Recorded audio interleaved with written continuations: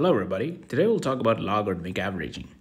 So first let's start with logarithmic addition. If there are two sound sources S1 and S2, the total perceived sound is the logarithmic addition and not the arithmetic or linear addition of the sources. So it goes with this equation. There are situations where you want an average sound level. So in that situation, you cannot simply take a linear or arithmetic average. You need to take a logarithmic average, and that's why we need this logarithmic averaging. So what is logarithmic averaging? So if you have two sound sources, the average sound pressure is the logarithmic average of S1 and S2. So simply, I'm just taking an arithmetic average inside the logarithm, and this becomes a logarithmic average. So the equation still is the same. The only difference is I'm taking an average right here. So if there are two sound sources, I divide by 2. If there are n sound sources, I divide by n.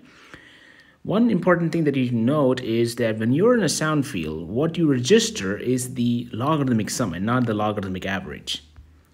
So if there are multiple sound sources like this, so you have automobiles, you have airplane, you have other background noises.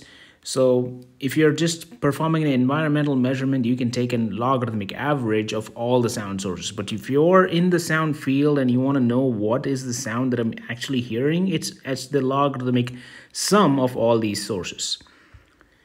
So now let's see some cases where you should use logarithmic sum and where you should use logarithmic averaging. Let's say you have performed a measurement and you have a spectrum, an octave 1x1 spectrum with the frequency bands and the levels as displayed on the screen, and you want to know what is the single value of the overall level.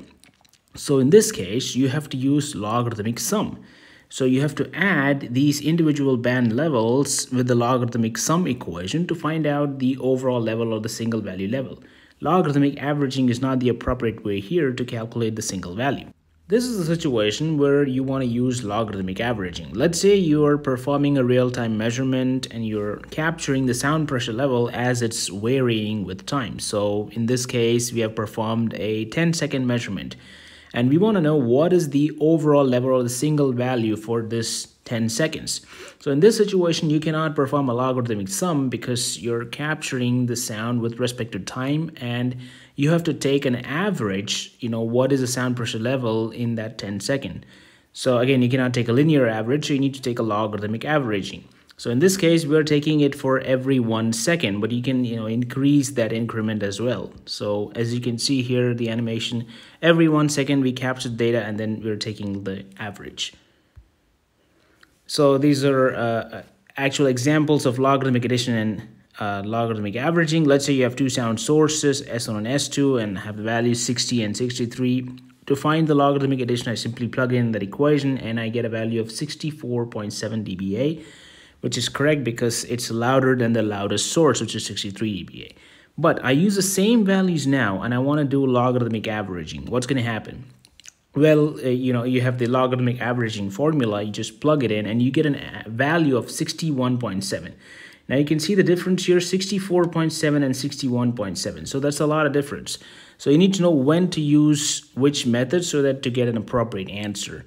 So if you're in a sound field, you want to know what is this contribution of 60 and 63, what I'm going to hear there, it is 64.7. But if you're just taking an average of these two sources, it's 61.7. All right, thank you for watching this video. I hope you enjoyed it. Have a great day.